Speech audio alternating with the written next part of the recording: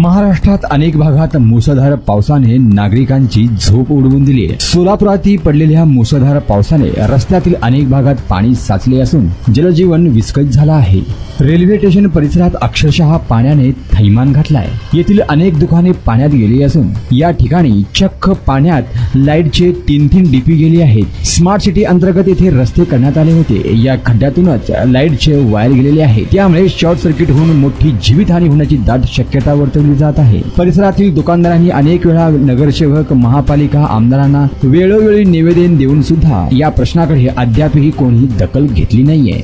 नागरिकांचा जीव गेल्यानंतरच प्रशासन, महापालिका जागा होणार का असा रोष नागरिकांमधून होत आहे।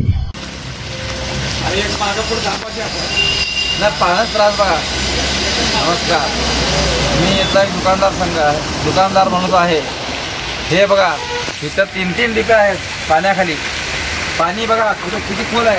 हो, पाणी बघा आणि डीपी बघा, डीपीचे वायर बघा, डीपीचे वायर बघा। इथं ड्रेनेज आहे, डीपीचे कनेक्शन आहे, इथं खड्डा आहे, बघा कळत आहे, खड्डा मोठा आहे हा बघा। ड्रेनेज कसं जाणार येणार, हे स्मार्ट सिटीचं काम केल्यापासून हेच बोंब आहे।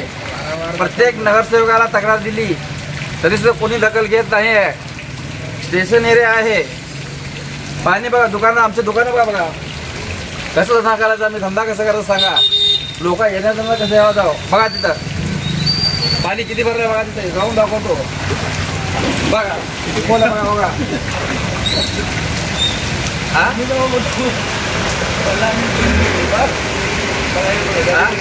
काल पण तक्रार देऊन सुद्धा अजून कोण आले नाही बघायला।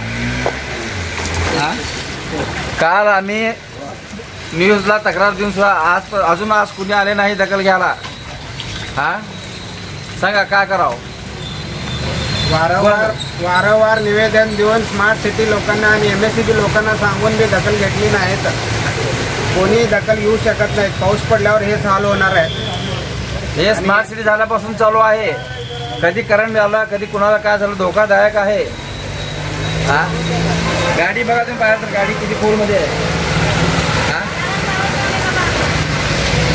आम्ही काय काम करून खायचं। दुकान आमचे पाणी कट्टा भरता हो का सांगा। पाणी एवढं भरताय, लोक येणार कसं। लेडीज लोक येतात, जेंट्स येतात, किती गाडीवर पडलेले आहेत।